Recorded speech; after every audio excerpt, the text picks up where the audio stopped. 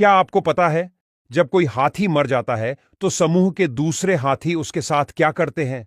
मरे हुए हाथी के साथ कैसा सलूक किया जाता है, यह पूरी प्रक्रिया जानकर आपकी आंखों से आंसू निकल आएंगे। जब एक हाथी मर जाता है तो उसके परिवार और अन्य समूह के हाथी मृत हाथी के शरीर के आसपास इकट्ठा होते हैं और अपनी सूंड से मृत हाथी को टच करने लगते हैं। लेकिन हाथी ऐसा क्यों करते हैं?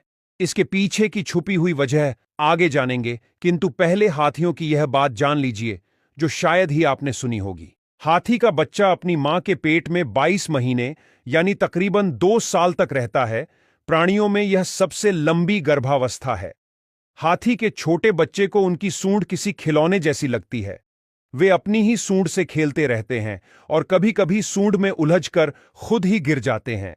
लेकिन जैसे जैसे वे बड़े होते हैं, वे सूंड का सही इस्तेमाल करना सीख जाते हैं। हाथी दिन में औसतन केवल 2-3 घंटे ही सोते हैं और ज्यादातर खड़े रहकर ही सोते हैं। वे केवल कभी कभार ही लेटते हैं, क्योंकि उनका भारी शरीर लंबे समय तक लेटे रहने में मुश्किल पैदा कर सकता है। ज्यादातर हाथियों के समूह का नेतृत्व मादा हाथी करती है। सबसे वृद्ध और अनुभवी मादा हाथी झुंड का नेतृत्व करके समूह को भोजन, पानी और सुरक्षा के लिए मार्गदर्शन करती है। क्या आप जानते हैं, हाथियों की याददाश्त बहुत तेज होती है। हाथी वर्षों बाद भी उन स्थानों, व्यक्तियों और अन्य हाथियों को याद रख सकते हैं जिनसे उनका कोई संपर्क रहा हो।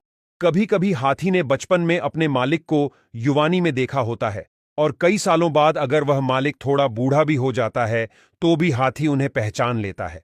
अब बात करते हैं हाथियों की ऐसी ताकत के बारे में जिसके बारे में आपने कभी नहीं सुना होगा। यह बात आपको पसंद आए तो पेज को फॉलो जरूर कर लेना।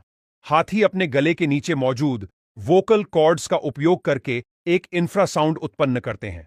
इंफ्रासाउंड एक ऐसी आवाज होती है कि इंसानी कान इसे सुन नहीं सकते, क्योंकि इसकी आवृत्ति 5 से 20 हर्ट्ज से कम होती है और इंसान कोई आवाज तभी सुन सकता है जब उसकी आवृत्ति 20 से 30 हर्ट्ज होती है। यानी हाथी इस तरह की आवाज उत्पन्न करते हैं जो 5 से 20 हर्ट्ज की रेंज में होती है, और यह ध्वनि हवा के साथ साथ जमीन के माध्यम से भी यात्रा कर सकती है। हाथी के पैरों में विशेष संरचनाएं होती हैं जो जमीन से आवाज के कंपन को पकड़ सकती हैं और उन्हें मस्तिष्क तक पहुंचा सकती हैं। यह क्षमता के जरिए हाथी इंफ्रासाउंड ध्वनि को महसूस कर सकते हैं। हाथी अपनी यह इंफ्रासाउंड क्षमता का उपयोग दूसरे हाथी से लंबी दूरी तक संवाद करने और अपने समूह को खतरे से बचाने के लिए करते हैं। दूसरी ओर, मादा हाथी इंफ्रासाउंड का उपयोग करके अपने प्रजनन काल के दौरान नर हाथियों को बुलाती हैं। नर हाथी कई किलोमीटर दूर से इस संकेत को महसूस कर लेते हैं और मादा हाथी के पास पहुंच जाते हैं। सोचिए, कुदरत का कैसा करिश्मा है।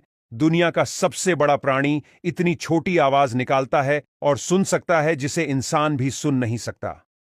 जब हाथी मर जाता है तब दूसरे हाथी आमतौर पर उसके साथ 3 तरह का व्यवहार करते हैं। पहला व्यवहार, हाथी मृतक के शरीर के आसपास इकट्ठा होते हैं और कई घंटों या दिनों तक शव के पास रहते हैं और सूंड से धीरे धीरे छूते हैं, जैसे कि वे उस हाथी को याद कर रहे होते हैं। वे उसके शरीर को कई बार देखने वापस आते हैं, जैसे कि वो शोक मना रहे हों। दूसरा व्यवहार, कई बार देखा गया है कि अन्य हाथी मृत हाथी के शरीर को पत्तों, मिट्टी या शाखाओं से ढकने की कोशिश करते हैं।